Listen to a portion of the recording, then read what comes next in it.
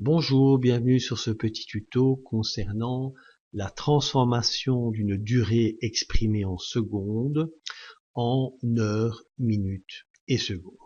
Alors il s'agit là d'une application directe d'un petit tutoriel qui se trouve dans la playlist logique sur la chaîne et qui concerne les résultats de la division euclidienne. Donc je vous invite à vous y reporter. On va y aller directement droit au but. Si nous prenons une durée en secondes, 9369 secondes, et si je désire modifier celle-ci en heures, minutes, secondes, eh bien je vais commencer évidemment par la diviser par 3600. Pourquoi?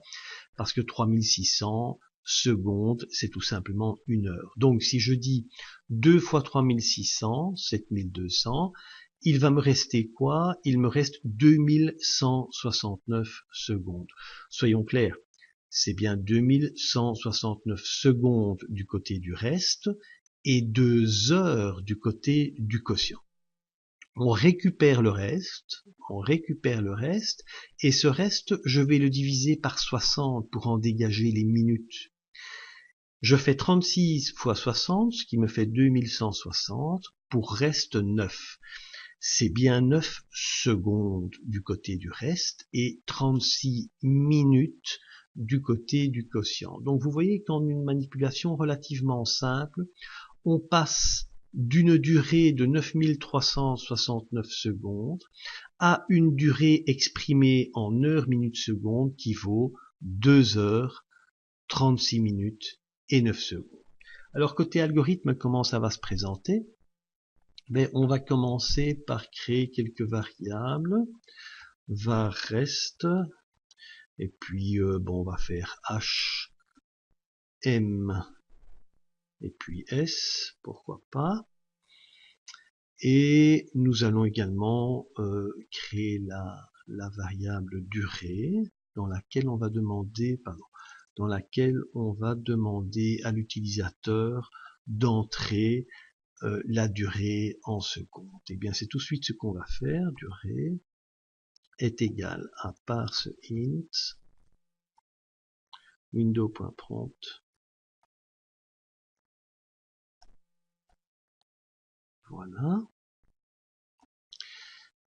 Bien, maintenant que nous sommes prêts, nous avons créé nos variables, nous avons déclaré nos variables, nous avons demandé à l'utilisateur d'entrer une durée en secondes dans la variable durée. Eh bien, nous allons tout d'abord calculer les heures. On fait h est égal à quoi? Est égal à la durée divisé par 3600. Nous sommes bien d'accord que si nous restons en l'état, nous allons récupérer la division réelle de durée sur 3600. Or, vous constatez bien que c'est la division entière que je vais récupérer, c'est le quotient que je vais récupérer. Pour ce faire, que doit-on faire? Eh bien, parseInt.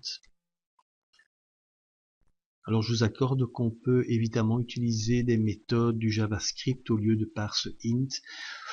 Je préfère ne pas le faire pour le moment, mais vous pouvez évidemment utiliser math.floor, vous obtiendrez le même résultat. Maintenant, j'ai obtenu dans la variable h les heures concernant la durée que l'utilisateur a entrée en secondes. Eh bien, on va reprendre le reste. On va reprendre le reste, qui sera égal évidemment à durée modulo 3600.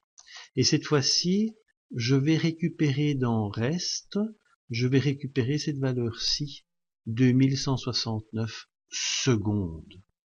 Et vous constatez que ces 2169 secondes, bien je dois les diviser par 60 pour obtenir mes minutes.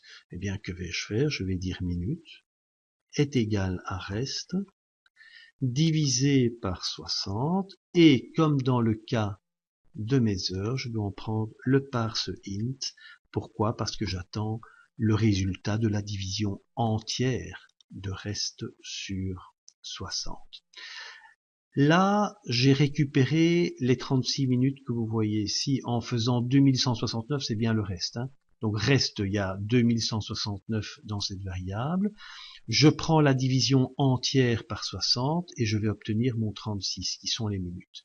Maintenant, je dois récupérer les secondes. Ben, les secondes, c'est très simple. C'est le reste de cette division.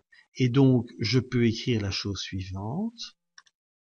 Je peux dire S est égal à reste modulo, qu'est-ce que je fais ici, modulo, reste modulo 60. Voilà. Et on va aller se convaincre que tout ça a fonctionné correctement en faisant un petit console.log de quoi?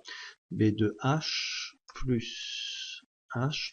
Ne confondez pas, hein, ici nous avons bien la chaîne de caractères h, alors que ici nous avons bien la variable h dans laquelle console.log va aller puiser la valeur des heures. Alors on va faire m plus s plus la chaîne de caractères S. Bien, allons voir un petit peu côté Chrome comment tout ça se comporte. Bien, on va faire, voilà, F5. Si nous rentrons 9369 comme dans notre exemple, on retrouve bien 2 heures, 36 minutes et 9 secondes.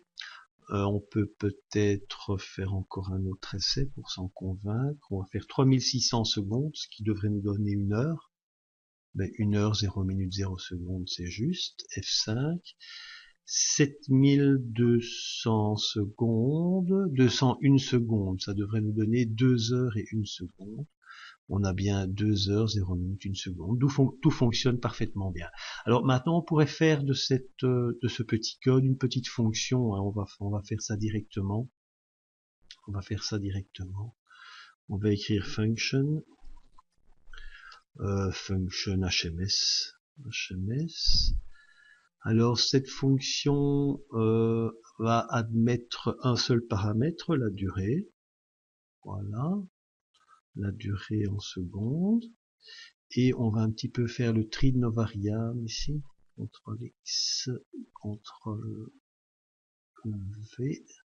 On va un peu faire le tri. Donc la durée, je n'en ai plus besoin. Pourquoi? Parce que c'est déclaré au niveau des parenthèses de notre fonction en tant que paramètre. Pour le reste, je vais déclarer les variables. Je vais juste retirer ce petit console.log. Je vais le remplacer par un petit return. Je vais retourner là une valeur dans le programme appelant. Cette valeur sera une chaîne de caractères que je vais charger dans ma variable res, que je vais déclarer ici. Tiens, res. Et cette variable va retourner quoi? Ben, elle va retourner cette chaîne de caractères-ci, évidemment. Ok, CTRL X. Donc res est égal CTRL V. Très bien, j'ai ma chaîne de caractères. Vous constatez maintenant également que je peux retirer, la durée va se lire dans le programme appelant. Hein. CTRL X, je vais donc me placer à cet endroit-ci, CTRL V. Voilà. Et je vais, dans le programme appelant, déclarer 2 variables, var res et durée. Je vais maintenant couper ma fonction. Je vais d'abord appeler ma fonction. Ça va faire res est égal à hms durée, comme ceci. Voilà. Et puis je fais un document.write. Document.write de res. Voilà. Très bien. Donc maintenant, si ce que j'ai peut-être été un petit peu vite. Donc ici dans le programme appelant à la ligne 7, je déclare 2 variables, res et durée, et je vais à la ligne 18 appeler demander à l'utilisateur une valeur en secondes que je vais affecter à la variable durée. Ensuite, je vais appeler ma fonction HMS à laquelle je passe en paramètre durée, et je vais stocker, je vais affecter le résultat de cette fonction à ma variable res, qui est la variable locale au programme appelant. Ensuite, à la ligne 20, eh bien, j'édite mon résultat. Très bien, on va couper ici la fonction, CTRL X, et je vais aller la placer, où ça? Dans mon petit fichier de fonction. CTRL V, je sauve le tout, et on va un petit peu aller voir si ça fonctionne. F5, je rentre 3600, eh bien ça fonctionne parfaitement puisque l'algorithme me renvoie bien 1 heure, 0 minute, 0 seconde. Si je rentre F5 9369, si mes souvenirs sont bons, j'ai bien 2 heures, 36 minutes et 9 secondes, comme c'était le cas ici dans notre exemple. Voilà, ce petit tutoriel est terminé. À très bientôt.